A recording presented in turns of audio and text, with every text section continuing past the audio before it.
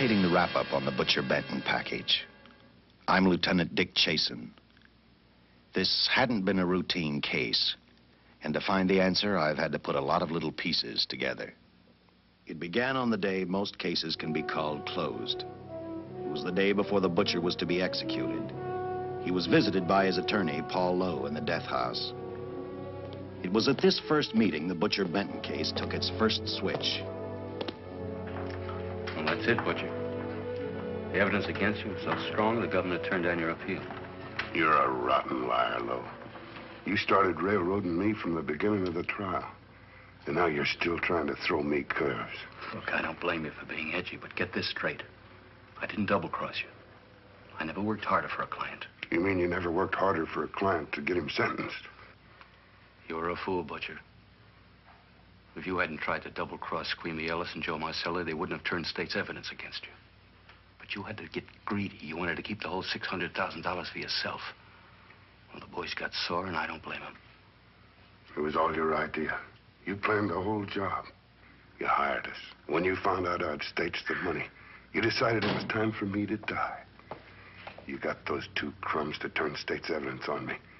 You stinking rotten mouthpiece. We both know that isn't true, Butcher. Now, look, what's the sense in not giving me the money? It's not going to do you any good. Well, I'll have the satisfaction of knowing that none of you three crumbs are going to spend it. What about Eva? Don't you owe her something? You tell me where the money is, I'll see that she gets your share. I've got a different idea. I'm going to kill you and Squeamy and Joe. Then I'll take care of Eva myself. You thick-headed ape, you're going to die tomorrow. Remember what I said. I'm going to get you, all three of you. Even for you, Butcher, that'd be quite a trick. So long, dead man. Remember what I said. I'm going to kill you, all three of you.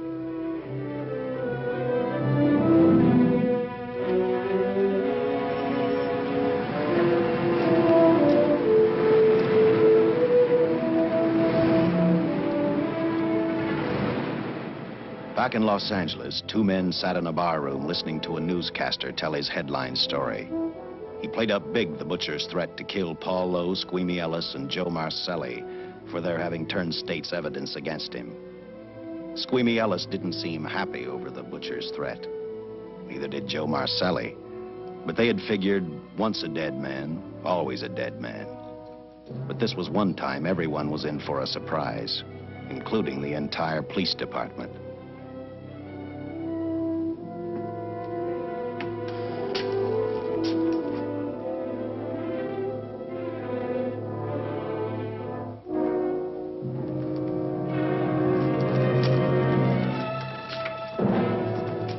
You seen the headlines, Captain? Teletype just came in from San Francisco. Butcher's execution is set for 5 o'clock this afternoon. And like the newspapers say, he still refuses to talk about that stolen money. Well, I still have hopes of coming up with something. That's what I dropped by for, Dick. With Butcher's execution, the department's marking it case closed. That means you'll be reassigned. I've spent a whole year trying to break this case. As far as I'm concerned, Butcher's death is just the beginning. Of course, I can't prove it, but I think that Paul Lowe was the top man. And even though I have to keep working on it while off duty, I'm going to get Lowe, Squeamy Ellis, and Joe Marcelli. Okay, Lieutenant. Officially, I've taken you off of the case. Unofficially, I wish you luck. Do me a favor. Keep me posted. Will do. Thanks, John. I headed for Eva Martin. She worked in a local burlesque house. I'm a cop, and my job is to ask questions and get answers. So I decided I might as well start again with her.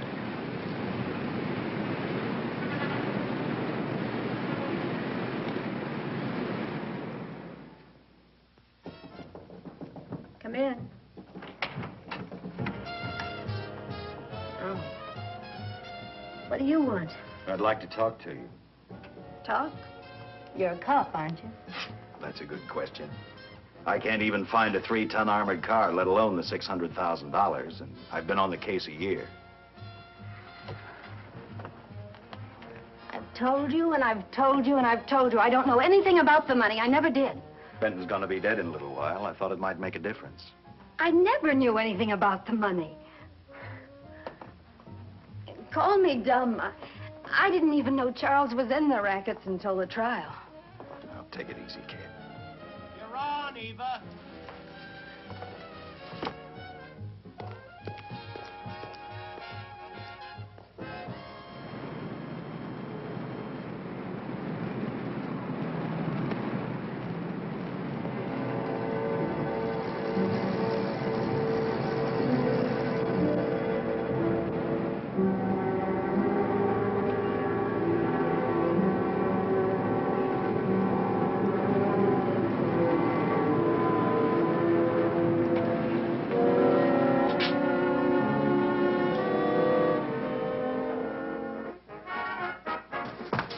Honey, here's your wrap.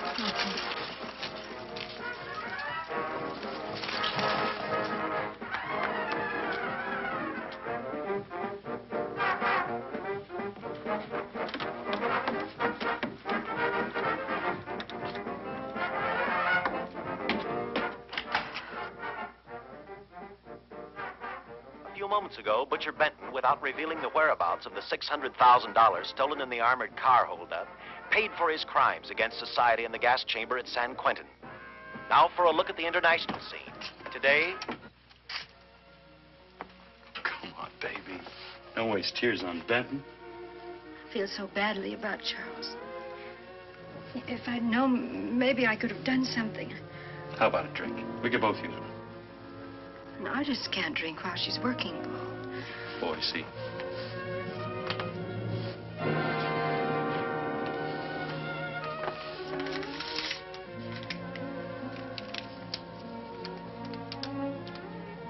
What's that? Well, now what's the matter? It's a message from Charles. He told me to open it if he died. Finale, Eva. All right. How about a steak after the show? No, thanks. Not tonight, Paul.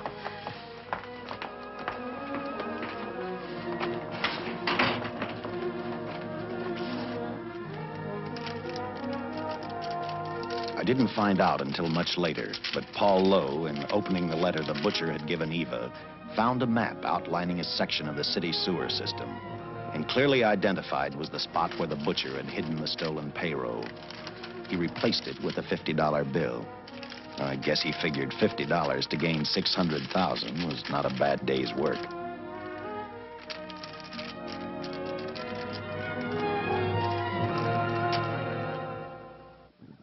And a few hundred miles away in San Francisco, the case took another switch, which turned the next 72 hours into one long, hideous nightmare.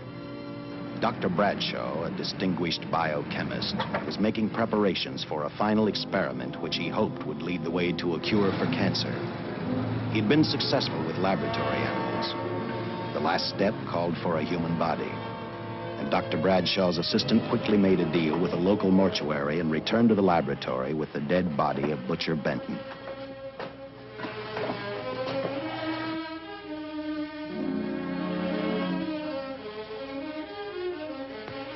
You made good time. Well, I didn't waste any. Any trouble?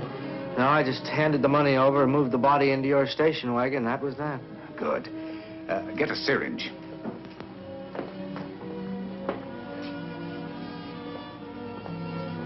He's in good shape. Well, I hope so. We'll get other blood samples later. We'll run this one through fast. Right.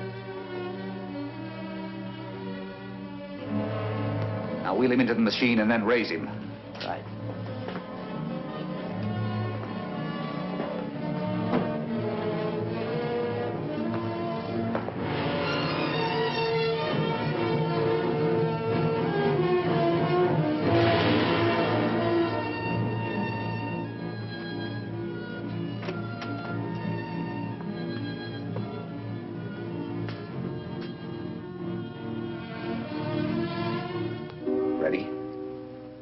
going to give him 287,000 volts? Yes, yes.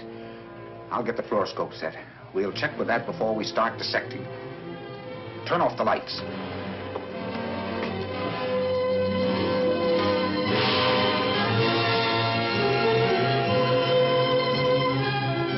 There you are, old boy. If you respond properly and my theory is sound, you'll be more famous dead than alive. Throw the switch.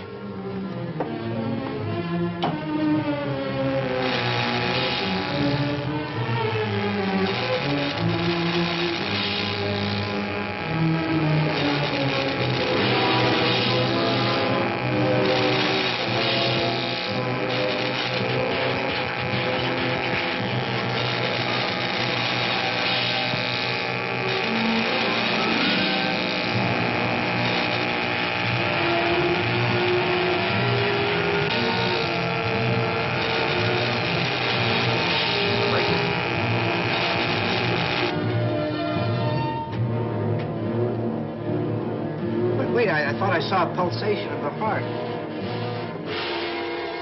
You're right. Dr. Bradshaw is beginning to breathe. You've brought this man back to life. No. The heart muscle has simply responded to a terrific electrical shock, that's all.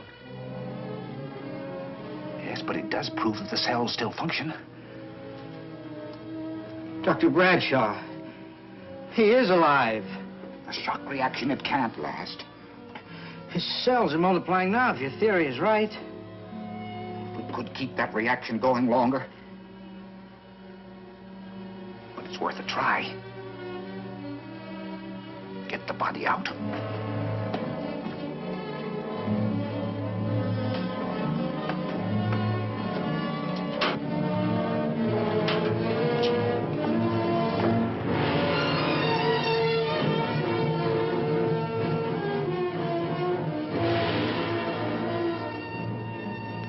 Get some adrenaline from the supply room. Some amyl nitrite, too. Hurry, hurry.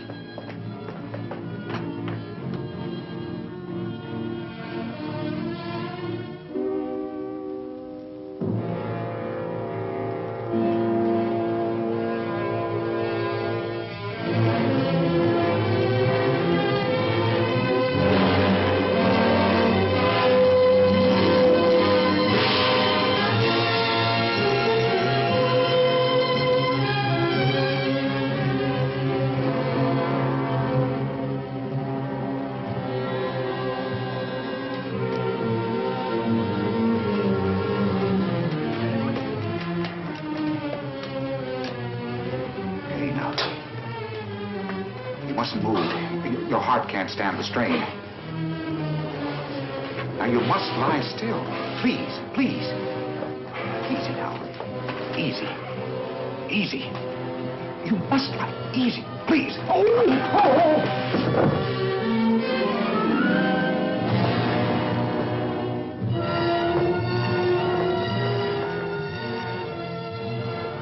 Dr. Bradshaw's experiment had given life back to the butcher. He tried to talk, but the electrical voltage had burned out his vocal cords. Yet it hadn't destroyed his brain. He knew who he was. He knew who he hated. As he stumbled about the room, I think he thought only about one thing: kill Lowe, Squeamy, and Joe Marcelli. The tremendous electrical voltage that Dr. Bradshaw had given the butcher had increased his cellular structure to the point where he was no longer a man. Dr. Bradshaw's experiment had created a vicious, brutal animal with an almost inconceivable amount of strength. Dr. Bradshaw must have believed the butcher's regained life would last for only a few minutes. Therefore, instead of calling for help, the doctor decided to handle his creation alone. Now, easy, Benton. Just relax. I'm a doctor. I want to try to help you. Do you understand me? You're in my laboratory. The execution was carried out and you were declared dead. I tried an experiment on you and brought you back to life, although I didn't intend that. Now, you've had a great shock. Now come and sit down. Now, be quiet. Now, come and sit down. Take it easy. That's the boy.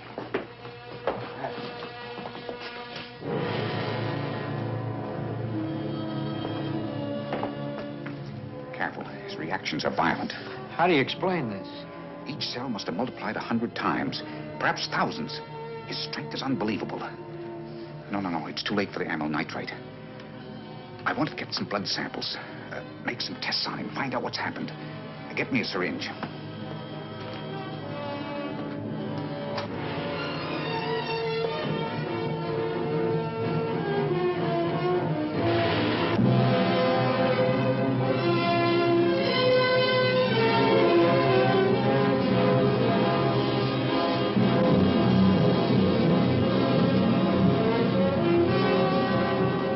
Why won't the needle penetrate the skin?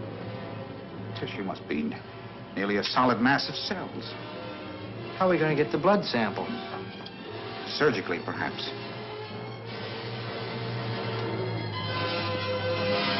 Now, take it easy. You can't leave here now. I'm responsible for your being alive.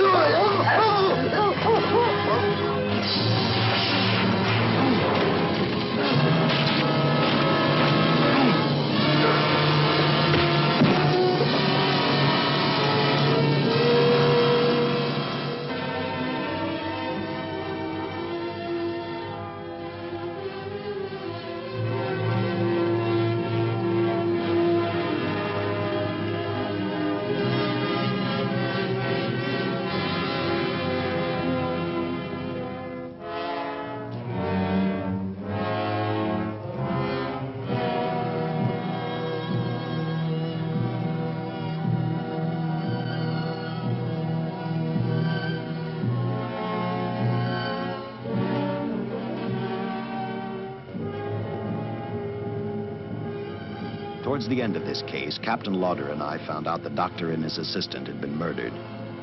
But I'm getting ahead of my story. The butcher didn't know how he had been brought back from the dead, and he didn't care. All he knew, he was alive.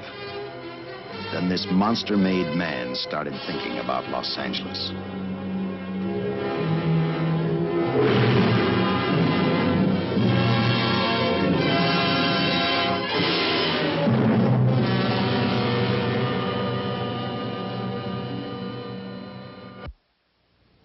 On that very night back in Los Angeles, I decided to stop playing detective for a little while.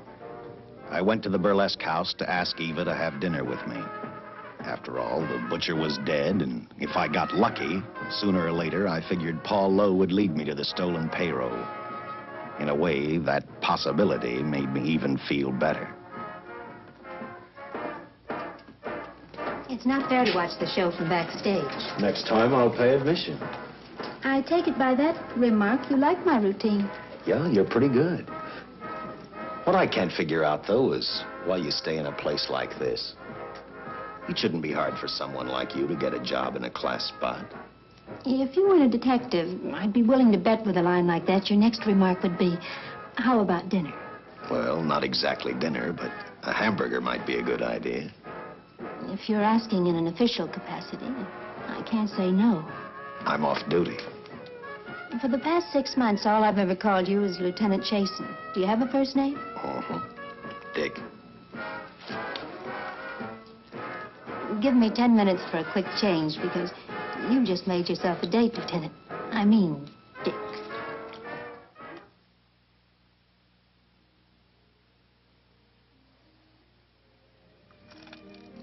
Know something, Dick? I haven't had hamburger in the front seat of an automobile with a guy in a lot of years. Well, from now on, we'll do it more often. Funny. I always figured a policeman wasn't really a human being. I mean, unless he was arresting someone or trying to solve a case, he was unhappy. Shows you how wrong you are. In fact, everyone on the force gets fed up occasionally with the job they do. Maybe we're more human than anyone else. We see so much trouble, we get to hate the word. But as long as the world's filled with people, there'll have to be men who enforce the laws. What made you join the department? Now who's making with the questions? No, honest, I'd like to know. Well, it's really a very short story. When I got out of the Air Corps, I knocked around for a while. Well, I went to work for an oil company. One day, I went back to college on the GI Bill. Just before graduation, I noticed all about the police department exams. Seemed a pretty good thing to do with your life, so I took the exams, passed, then went on from there. If I ask one more question, will you give me a straight answer? Try me. Am I still part of the Charles Benton investigation? I mean, right now. I don't think so. As far as the department's concerned, when Benton was executed, the case was marked closed. But inside of me, that's not good enough. I don't follow you. Well, the $600,000 is still missing. And a fast-talking underworld lawyer like Paul Lowe is walking around a free man. Someday, no matter how long it takes, I'll get him and the money. Until I do, the Benton case for me is not closed. I give you my word, Dick. Charles Benton never told me anything about the money. Oh, I've been sure of that for a long time. But how did you ever get mixed up with anyone like the butcher? This trouble ever started just happened. I had a roommate who used to date Benton all the time. One day she packed and left for Chicago. Benton carried a torch for her, and he used my shoulder to cry on. First thing I knew, we were having dinner together, and a few weeks later, I was labeled by the police as this #1 suspect and Benton's girl. But it was never like that. I made only one mistake. I felt sorry for him. You mean, until he was arrested for the robbery and the killing, you had no idea how he earned a living? I know this is going to sound crazy, but I only went out with Benton a couple of times. And all we ever talked about was Madge, my old roommate. The last time I saw him, he tried to get too friendly, and that's when I told him he had the wrong girl. But like I said, I'd already made my mistake. What about the burlesque house? How do you two fit together? You sound like a lot of other people. I left a small town a couple of years ago because I won a beauty contest, and the first prize was a screen test. After which, nothing happened? That's right. Only, it was pretty rough. And then one day I read an ad about girls wanted for a burlesque show. I auditioned and I got the job. You know something? It's like any other job. If you're looking for trouble, you can find it even in a schoolroom.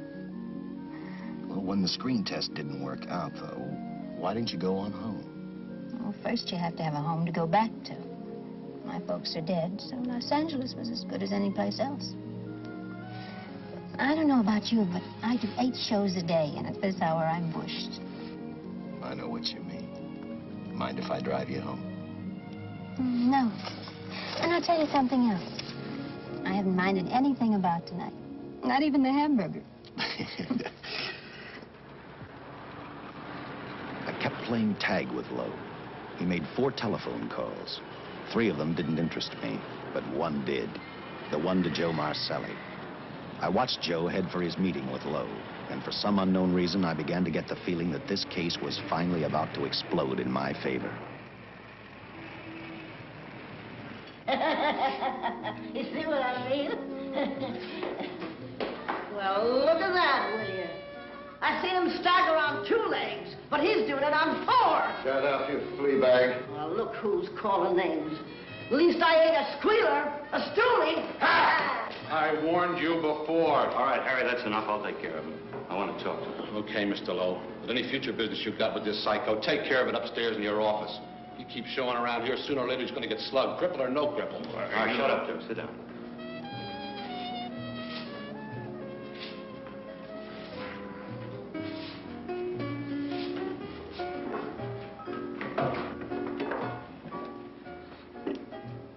I need a shot, bad. You'll get one after I talk to you. You sober enough to understand? Yeah, I run out of dough. No wonder. Look at you.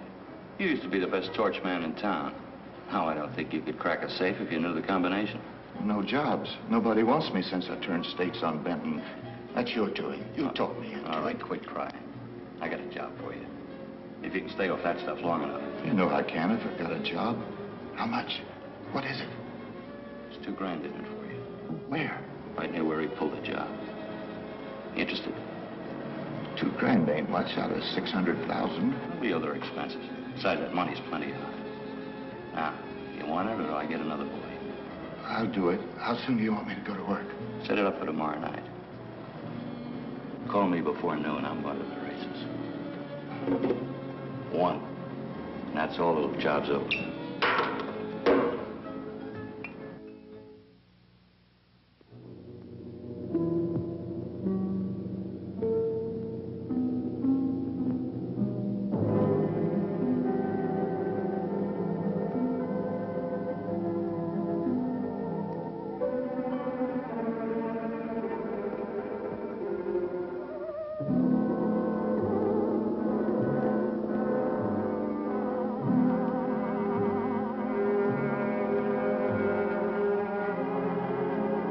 The butcher was walking slowly toward Los Angeles. He'd traveled through wooded hills to prevent being seen by anyone. Finally, he came to a quiet road. He stopped to get his bearings. And then he saw her. He saw something else. An automobile. For the butcher, that rang a bell. With a car, he knew by the next afternoon he'd be in Los Angeles in plenty of time to catch up with the 3 men who had double-crossed him.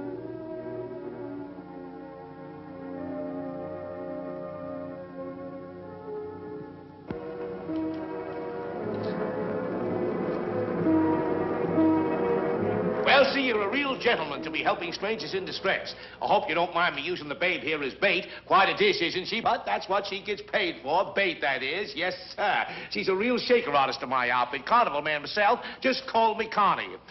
Yeah. Well, friend, we're in a little bit of difficulty here. Got a flat tire, brand new car, no tools in the back. Why, some of these dealers make my carnival grifters look like babes in the woods.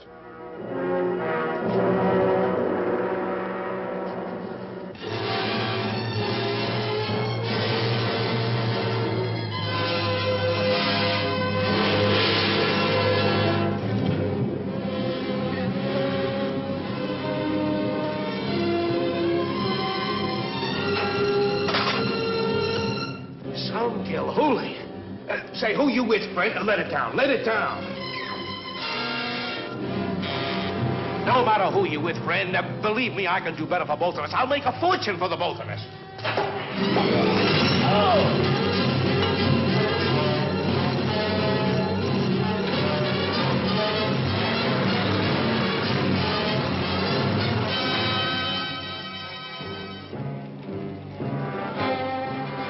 An hour later, the San Francisco Police Department sent out an APB.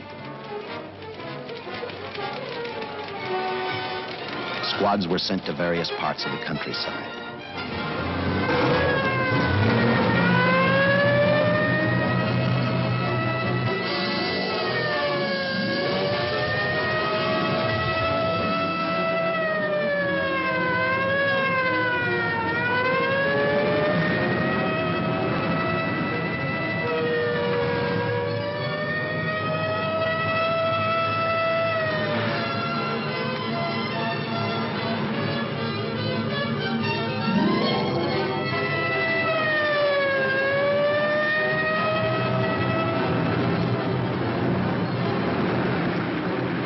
Roadblocks were thrown up to catch the cold-blooded killer the hysterical girl had described.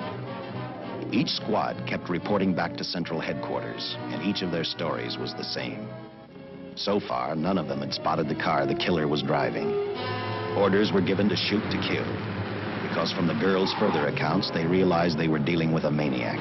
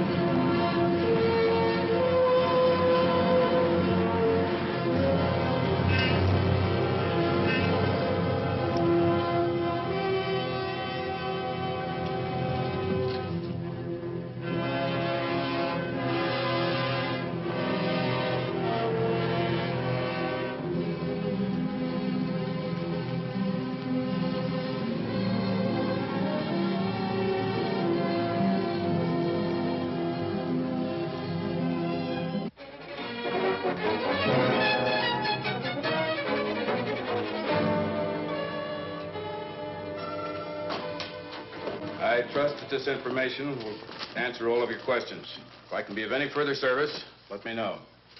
Sincerely, J.I. Louder, Captain Police, L.A. Here's another all points from CHP, Captain.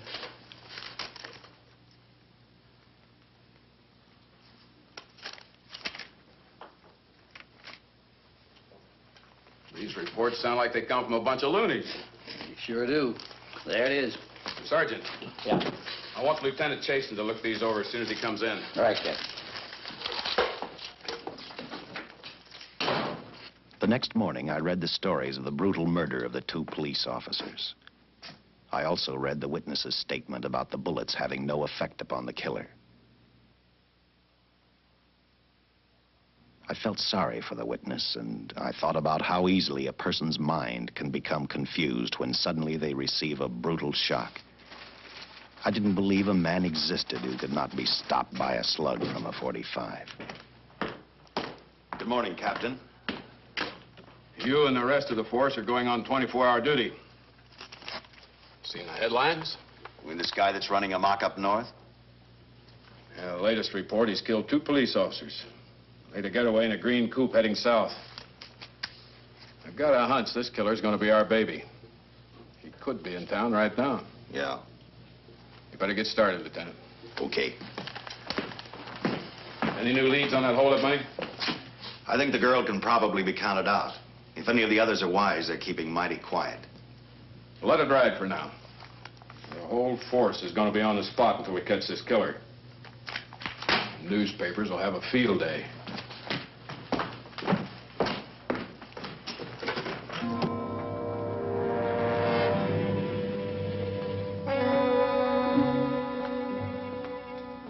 We were wrong about 2 things. The killer was already in our city, and we didn't know he was Butcher Benton. He headed straight for Eva Martin. He went to her dressing room to get back the map he had left in the envelope with her. He wanted first to check his money, then catch up with Lowe and the others.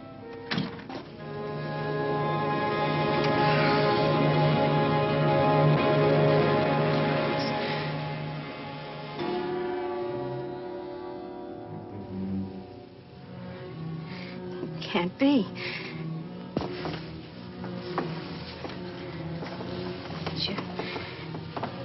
You do look like him. Only different somehow.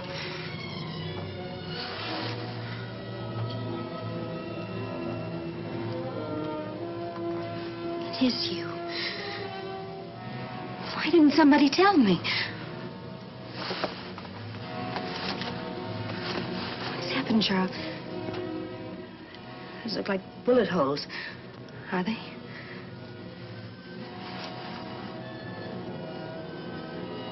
There isn't even a mark.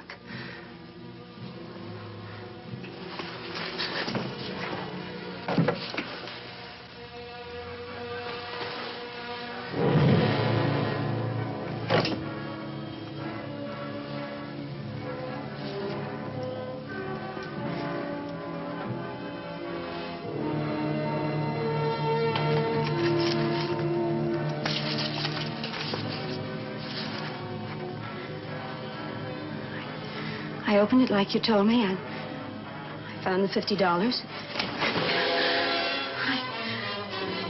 I didn't know why you left him. Oh, Paul didn't know why he was here.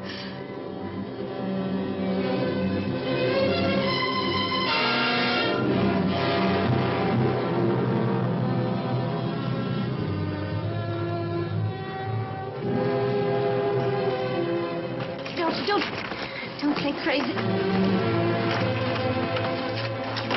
The name of Paul triggered his hate. He left her dressing room and started for Squeamy Ellis and Joe Marcelli's place.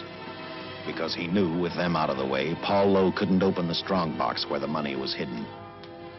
He thought of Squeamy and Joe first. He was saving Paul Lowe for last.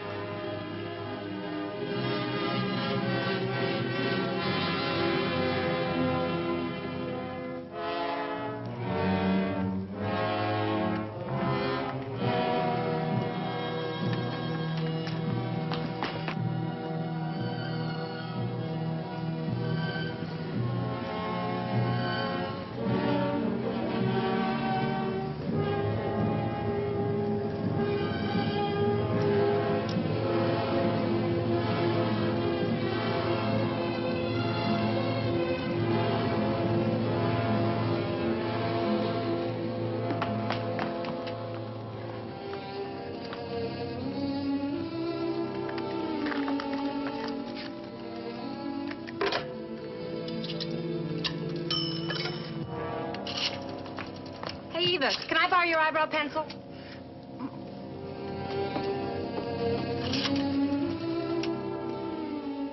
Operator, get me police headquarters.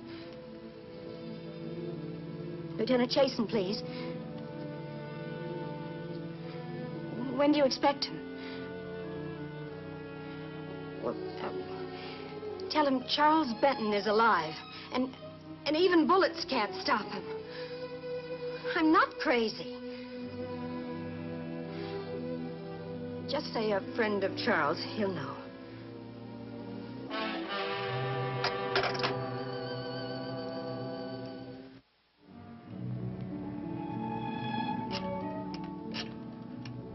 After leaving a message for me, Eva telephoned Squeamy Ellis.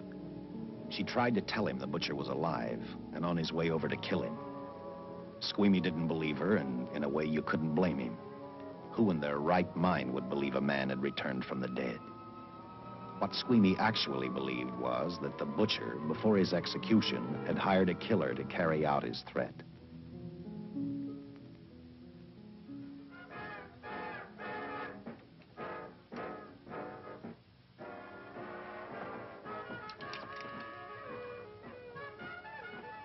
You sick? What? You don't look so good to me. 10 minutes, Eva. All right. Say, Eva, I could take over the matinee trick for you. What? It's easy. Look, Eva, I can do it. Scub-up-de-doo-doo-doo. Oh, on. Francine, I just thought of something. Yeah? Eva agreed to let Francine do the show. She hoped she'd be able to interrupt the butcher before he arrived at Squeamy's hotel. Or, failing that, at least be able to warn him to stay out of sight. You wanted me, Captain? Yeah, I just had a rundown on those fingerprints of the stolen car up north. We got nothing on the driver who was killed or the woman with him. Take a good look at these. There's something funny about these. Yeah. The boys in the lab can't figure it out either. Those are the killers. They were found on the steering wheel. Looked like they'd been stamped in with a steel die. They sure do. These are Butcher Benton's. What? Well, they look the same to me. How do the lab boys explain that? They don't. Their best guess is a twin brother. An identical twin could have the same pattern of whorls with only slight variations. Ever hear of the butcher having a twin brother? No. Even if he did, it wouldn't explain these freak prints. You didn't pick up your message, Lieutenant. Some wacky dame calls you. And she says Charles Benton is alive, and bullets won't stop him. If we buy the twin theory... Who was she? Where'd she see him? Well, she wouldn't leave her name. Sounded kind of hysterical to me. Said she was a friend of the butcher's. Eva Martin. Get over at the Follies and see what that girl knows. Yeah. Some guys have all the luck. I never drew an assignment to the Follies.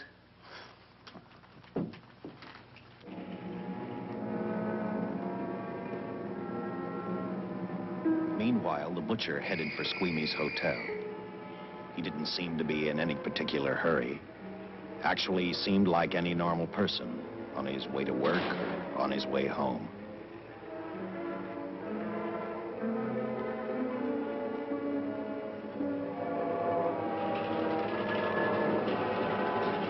He rode up Angel's Flight, arrived at the top, scanned the hotel building, and then noticed the only exit from Squeamy's apartment, a fire escape.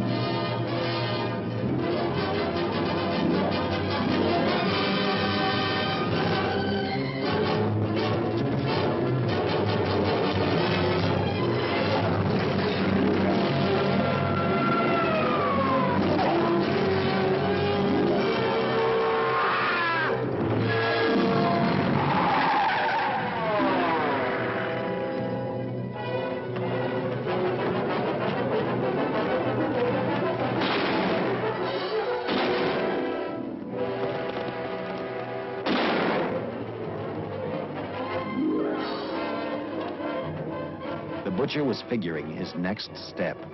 And as he looked at the dead cop, he thought about Paul Lowe, the next man on his list. Seen Joe Marcelli? Not since last night when I told him I didn't want him around here no more. Give me a shot.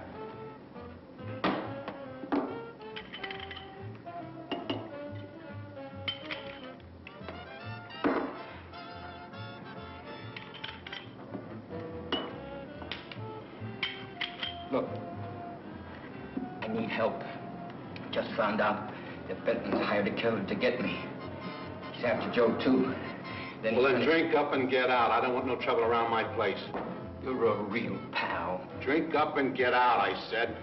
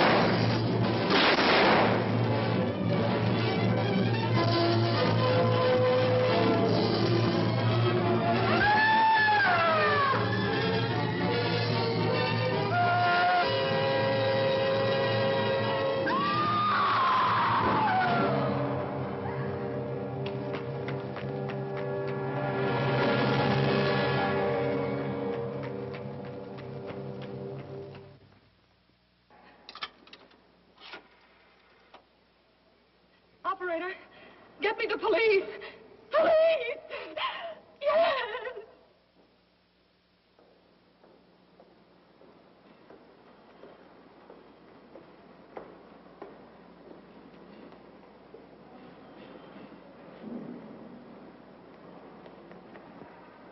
What's happened?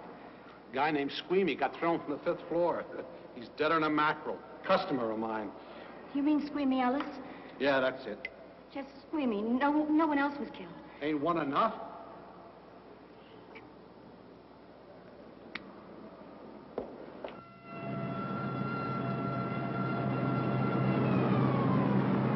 I tell you, the bullets never even phased him. He must have been wearing a bulletproof vest. God help us when the papers get a hold of this. Keep an officer on duty here till you hear from me. We'll get a stakeout on Joe Marcelli. I'd like to talk to Joe. Lauder, I'm going to call San Quentin. Suppose Benton is alive. Every available man's been put on the case now. Yes, sir. All right. All right. Anything new? Report on Dr. Bradshaw, owner of the station wagon. The San Francisco police located his laboratory in the basement of an electrical power receiving station. Bradshaw, what's he know? He's dead. And another man, too, his assistant. The lab is a shambles. But now we're getting some action from San Francisco. Benton's body never arrived at the mortuary where it was supposed to go. An attendant there finally broke down, admitted he picked up some quick cash by handing the body over to a man he was unable to identify. The man was driving his station wagon. Blast it, man. The chief's on my neck, and the commissioners are on his, and the mayor's on theirs. Now, am I supposed to tell him that our killer is a dead man? They found a notebook in Bradshaw's lab. It ties his experiments in with a Professor Dwiggins at Caltech. I hope to hear from Dwiggins soon. Captain, report from the valley on a hysterical woman. Reports the presence of the killer. There's the location. Let's go.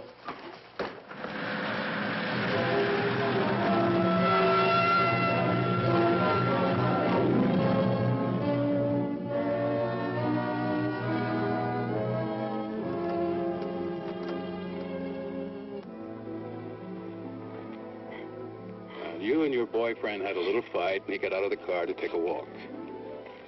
You noticed as he walked down toward the sump area in the direction where you'd seen those lights a short while before. What happened then, miss? Please try to tell us. Well, I just sat there a few minutes, I guess. I was pretty mad. Then there was a loud crash, like heavy metal, sort of, from down here. I got out of the car to get a better look. I heard Jimmy cry out something. I couldn't make out the words. Then down here, in a patch of light, was Jimmy. And coming toward him was this man. Big man. Lifted Jimmy up over his head like he didn't weigh a thing. Jimmy screamed. Just once, before he broke Jimmy's back. I heard it snap that far away. Then I started running till I found this house. They let me use the phone. Thank you, Miss. We'll see that you get home right now. O'Malley, see that the young lady gets home all right. Paul Lowe, while driving to his office, heard a radio commentator report the murder of Joe Marcelli. And what shocked him most was when the broadcast identified the killer as possibly being the butcher. Lowe headed straight for Eva Martin at the Burlesque Theater. Oh, you gave me a start, Mr. Lowe. What are you doing here? Where's Eva? Oh, I'm taking her place. I'm going to wear her costumes. What's it to you? I asked you, where's Eva? Hey, don't get physical. Well, watch your tone of voice, Buster. I told you. Little Eva isn't here. I could see that for myself. Where is she? She's at police headquarters. That's where she is. Yes, sir. No, sir. Captain Lauder's still with the mayor. The killer dropped out of sight. He was last seen in the Hollywood area. Yes, sir. We know he's dangerous. Every angle's being covered. Yes, sir. I'll tell him.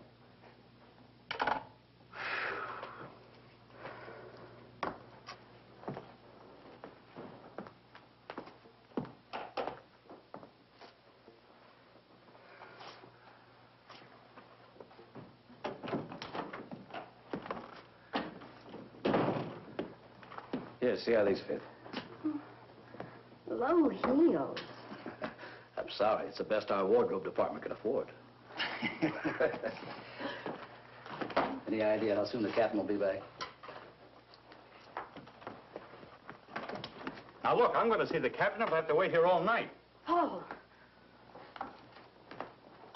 Paul, Charles killed Squeamy and Joe. Joe, too? Benton? He's alive. I saw him, but nobody will believe me. I'm checking it. My guess is whoever killed them is on the trail of the money, Lowe. Now, maybe you better start talking if you know anything about it. I don't know anything. Did the butcher have a brother? No brother. It was Charles. I saw the tattoo on his arm.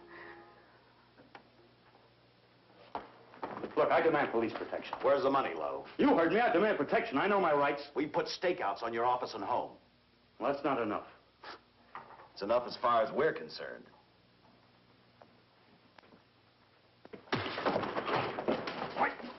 Now you gonna book me, Sergeant? Then throw away the key.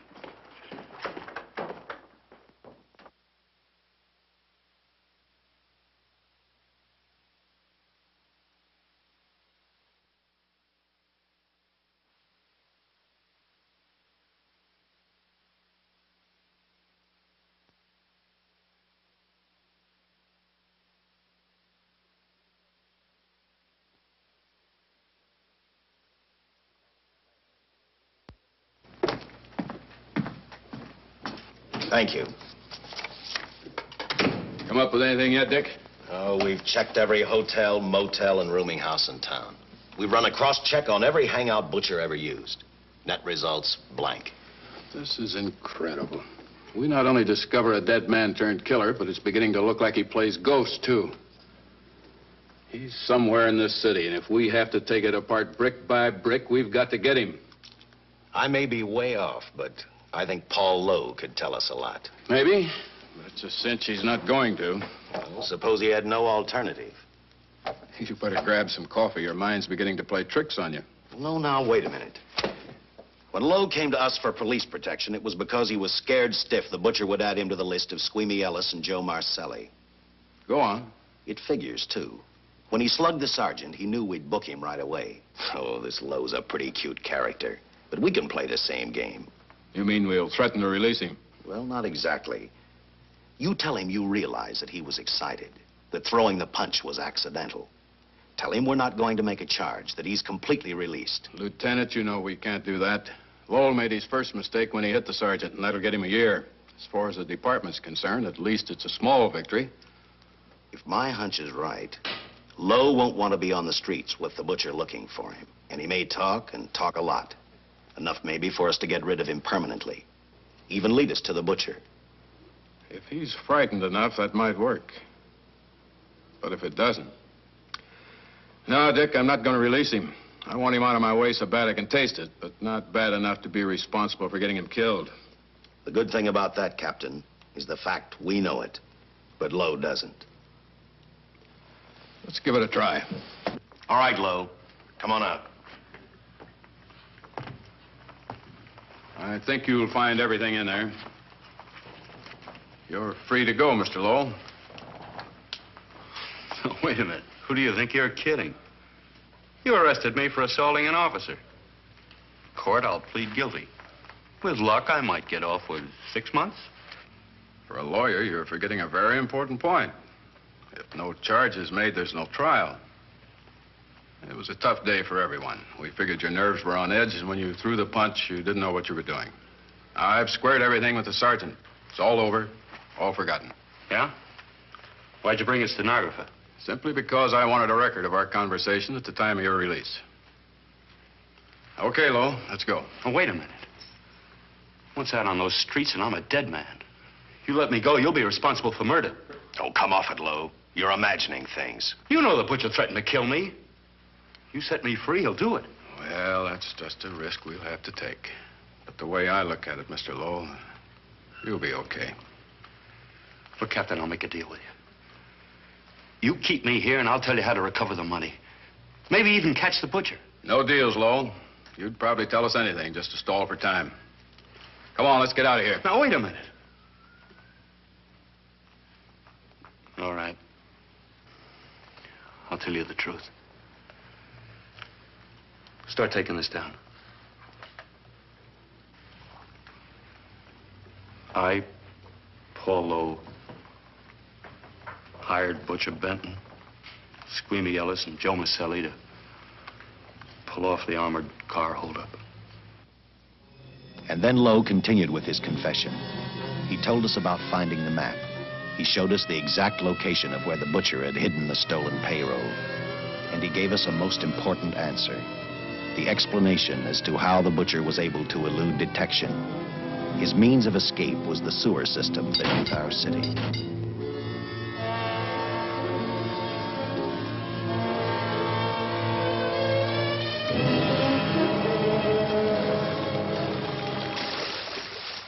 The department went to work fast. Every police squad in the city was detailed to cover a specific area. Every entrance and exit to the Los Angeles city sewer system of 700 miles was covered. Captain Lauder and I, along with several other squads, headed for the entrance where, according to the map, Butcher had hidden the money. Our job was to stop him, and that made me think of one specific question. When we found him, could this monster be stopped? I, for one, wasn't sure.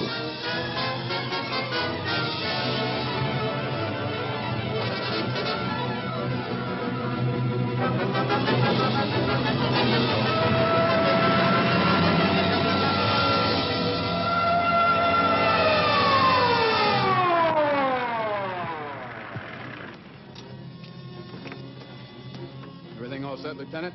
City engineers mapped out each possible exit. A squad of officers are spotted at every point. If the Butcher can be caught, now's the time. Well, after I talked to Caltech, I called on the fire department for a little help. The professors thought a flamethrower might stop him. Flamethrower? I suppose their boys have had a chance to join our squads by now. I see we have one with us here. Have you thought about what'll happen if this doesn't work? No. I've been praying too hard that it will work.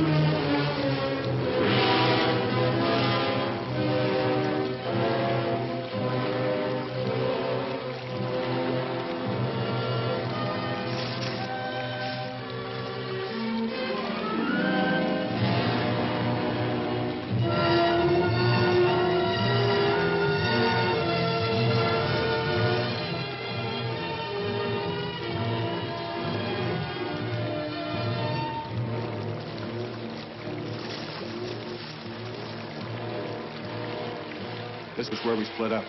I'll go straight ahead.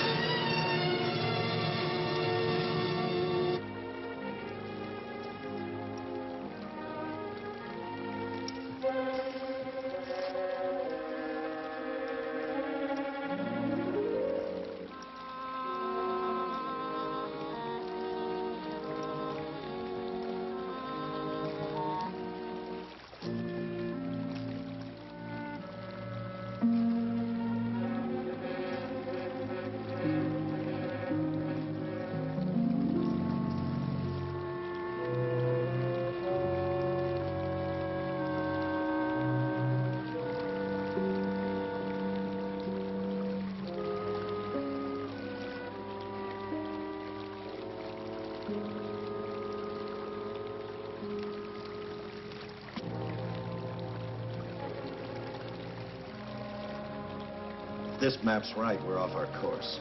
We'll have to backtrack.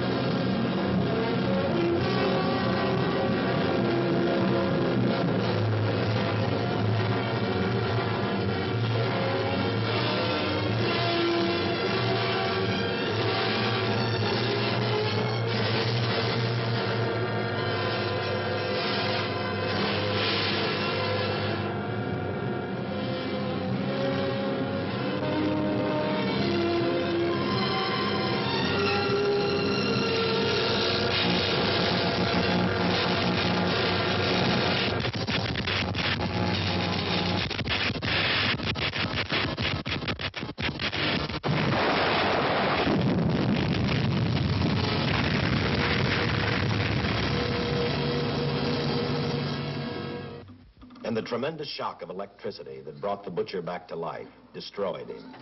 The $600,000 stolen in the armored truck robbery has been recovered. Case closed. Well, here are the scientist's comments for your records. I had to fill in a few spots with my own guesses, but I guess that's about the size of it. Did you get any sleep? Oh, some. Not much. How's the girl today? Well, I called the hospital about an hour ago. She'd gone. Gone? Where? Well, she told them she was a working girl and that she'd been away from the job too long already. Quite a girl. Yeah. Say, how about that time off I've got coming? 48 hours, beginning right now. Get some rest, Dick.